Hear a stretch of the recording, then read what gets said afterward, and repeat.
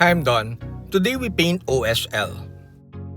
Today's video is a bit of an experiment, at least for me, because when you're painting OSL, you basically paint the whole model, usually, and then after painting the whole model, you paint the OSL as an effect.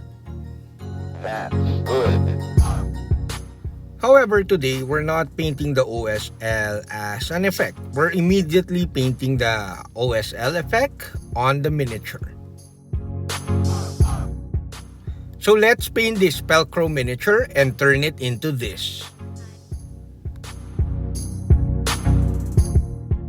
Hi, I'm Don. Welcome to my studio.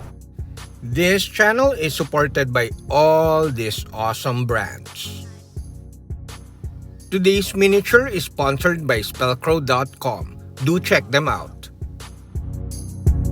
Now let's paint. Let's start with the shadow colors.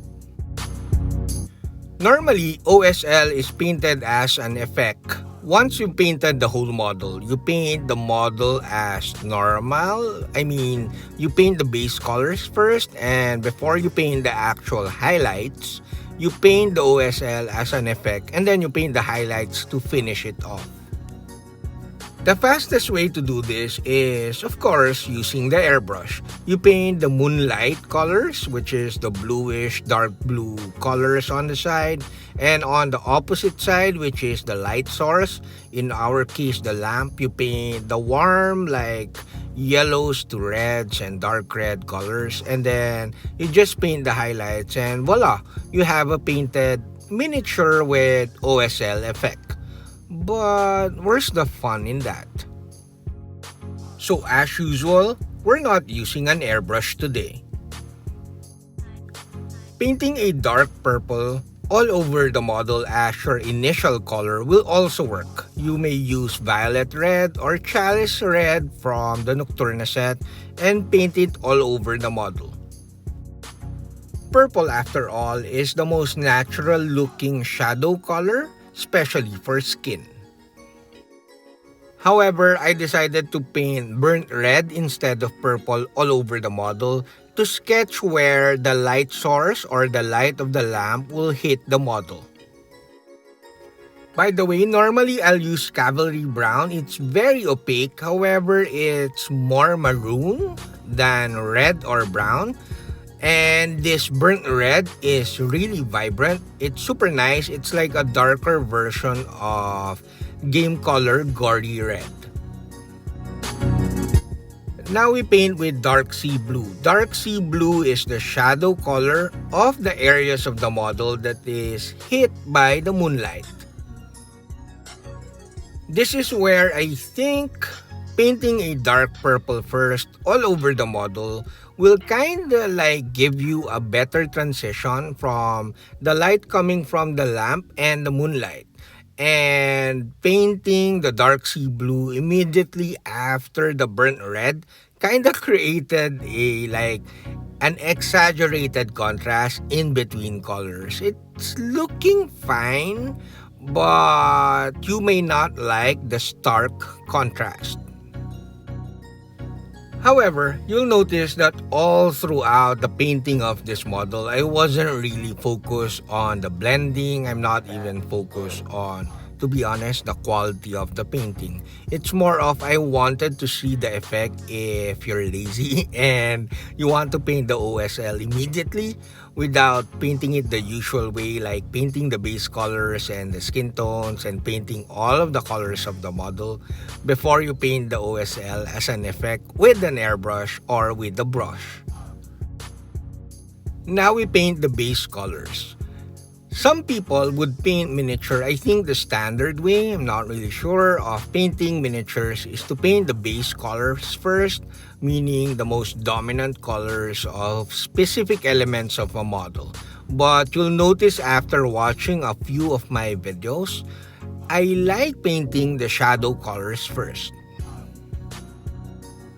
For people new to painting miniatures, some people or most I'm not sure if most miniature painters would paint the base colors first, even on top of black primer. So you'll see painting a very not so opaque red color or yellow on top of black primer. They'll show you that the ugly stage is fine because they're thinning it 1:1, and then the video will jump to like after a gazillion of layers, it's nice and opaque. So it's kind of frustrating for people, especially new to the hobby, if they follow those kinds of videos. I'm not dissing those kinds of videos. Those work for some people, but I hate seeing the ugly stage of painting transparent paints, watered down paints on top of especially black primer, because it's frustrating to see the ugly stage, especially if you're new to the hobby.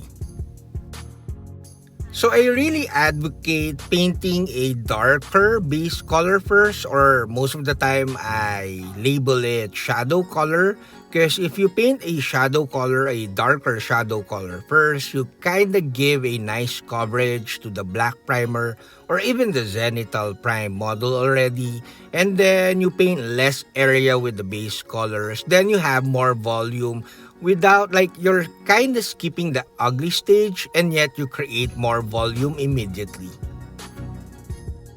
Simply put, instead of painting multiple layers of base color that are watered down and building it up into an opaque color, I highly recommend that you paint a darker base color first, or darker shadow color, and then painting the base color on top of that.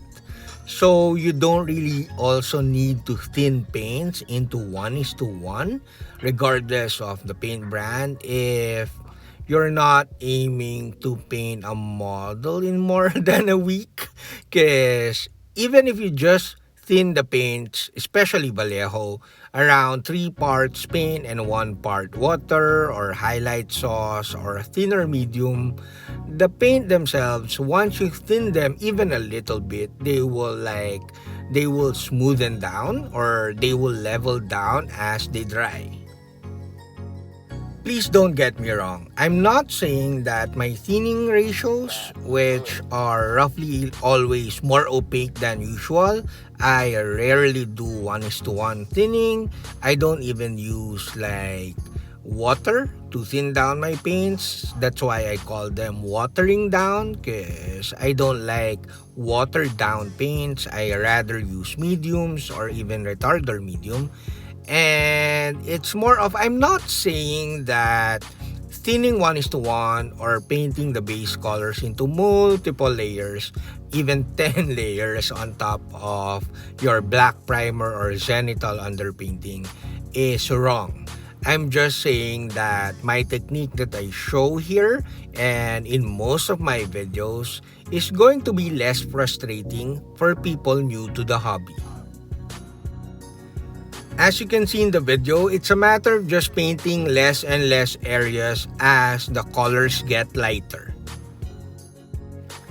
Of course, you'll produce smoother transitions if you do glaring, or you mix your paints with medium, with glazed medium or a thinner medium, and then you make the paints a bit more transparent, and then you paint the lighter colors in lesser areas on top of each other, and you build the volume of your model. However, with this one, since this is just an experiment, I thinned down the paints roughly around 3 parts paint and 1 part highlight sauce. The highlight sauce is just watered down retarder medium. It kinda slows down the drying time, meaning I could kinda blend the edges a bit longer because the paint is drying longer or slower than usual. Also, it's important to note that since I'm not watering down my paints or I'm not thinning them down too much, I could paint the details of this very detailed Spellcrow miniature very easily. Also, since we're using retarder medium or watered down retarder medium, which I call our highlight sauce, the tip of my brush is not drying. I mean, it remains fresh as you paint the details or the base colors of the model. If you don't use retarder medium, the tip kinda dries really fast. You have to wash your brush often, especially if you're using a detailed brush. By using our highlight sauce to thin our paints, you paint more and you wash your brushes less. Now back to the video. Notice that I'm painting the base colors and eventually later the highlights where the lamp or the source of light will hit the model. So I had to get like some references, not miniature painting references, but pictures of people holding a night lamp. And for some weird reason, the lamp itself, I mean the light coming from the lamp is warm, but still you get to see the actual colors of the clothes and the skin of the model or the person if he's using a night lamp. To be honest, I found it weird, but I had to follow my references because that's the natural look of holding a night lamp. You are lit by the night lamp and the actual colors are seen where the areas of the light are hitting the person or the character. I was imagining much like bonfire or fire that the light will be warmer, and to be honest that's easier to paint because you just paint with oranges and yellows and ice yellow and you're done. But that is not how a night lamp lights a person.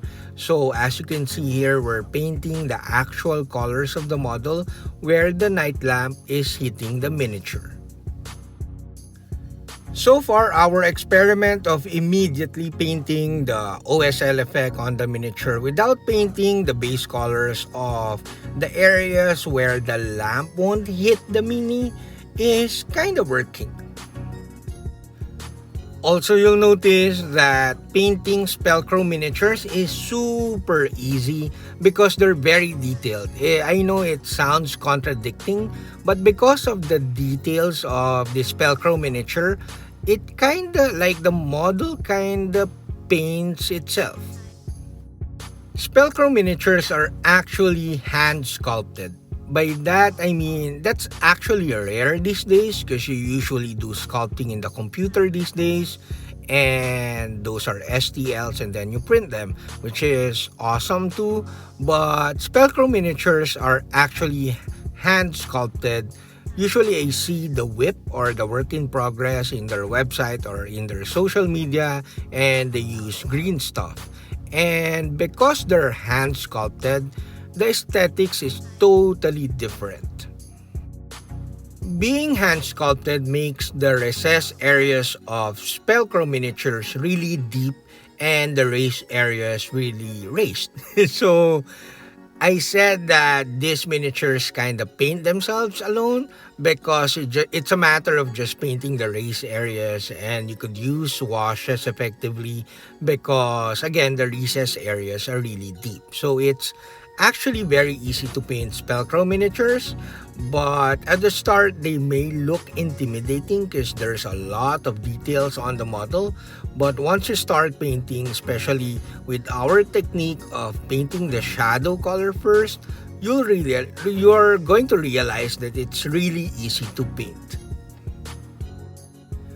Now we are just painting highlights. We're painting the highlights of the areas which are lit by the moonlit areas which are blue. You could actually use, once you've painted the highlights and you find it too much, you could tone it down with blue wash, game color blue wash, or any wash that is bluish that you want. Like I always say in most of my videos, it's okay to do over highlights. I mean, if you overdo the highlighting, you could always tone it down with washes or inks if you need to tone it down. It's better to overdo the highlights than to like paint less highlights because the highlight of the miniature or any miniature painting are the highlights. Key here is to painting more highlights or lighter highlights, more vibrant highlights on areas of the model that are supposedly shiny, like the skin, the tooth or the teeth, the eyes of course, and a bit of the NMM or the metal parts, but paint a bit less on the clothes or tone it down with washes later so that they won't look as shiny as the rest of the model. In that way, you create a bit more contrast within the model with just the highlights.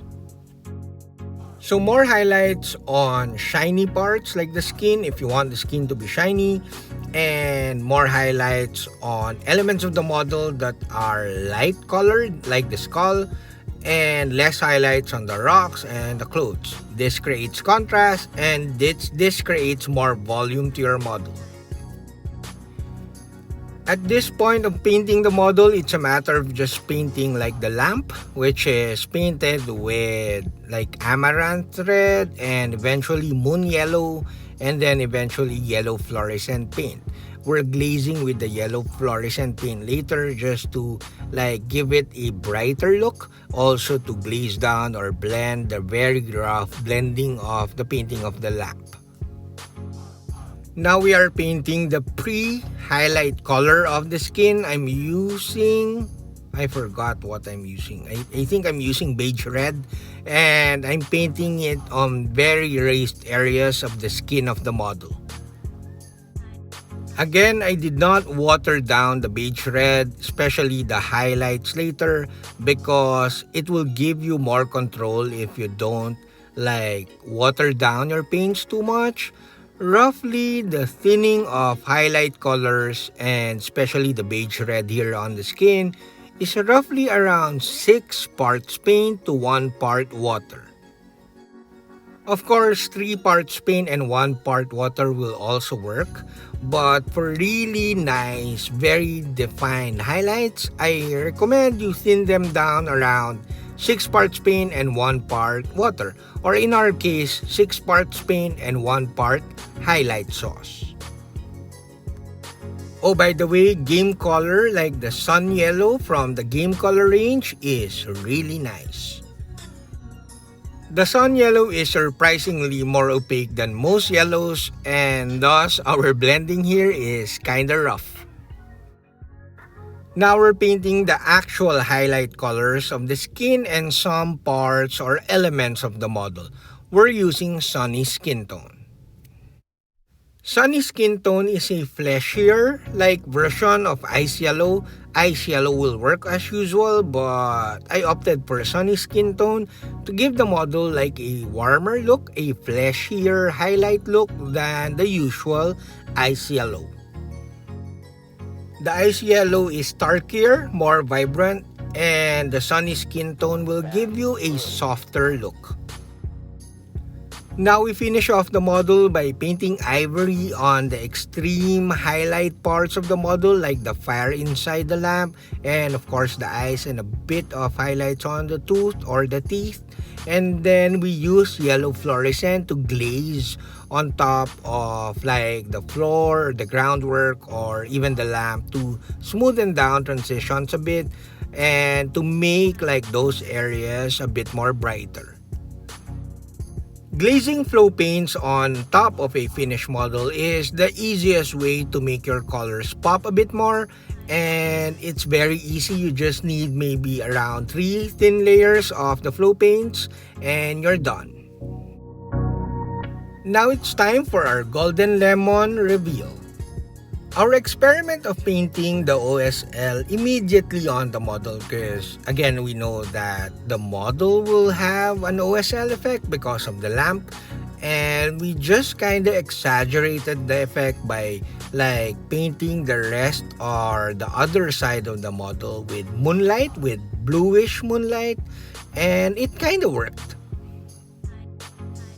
If you are personally pushing for a higher level standard painting, you could simply glaze a bit more and do better blending, unlike what I did here. But again, the method of painting the OSL immediately kind of worked. Personally, I find our painting today, although it's a bit more rough than our previous Spellcrow miniatures painting that has OSL, has more character. I think we could refine this approach a bit more. I will do so in another most likely Spellcrow miniature. That's it, Pansit. That's it, we're done. I hope you liked the video. Do like, comment, subscribe, and consider joining the channel so that you'll be part of our Discord community. Saludos!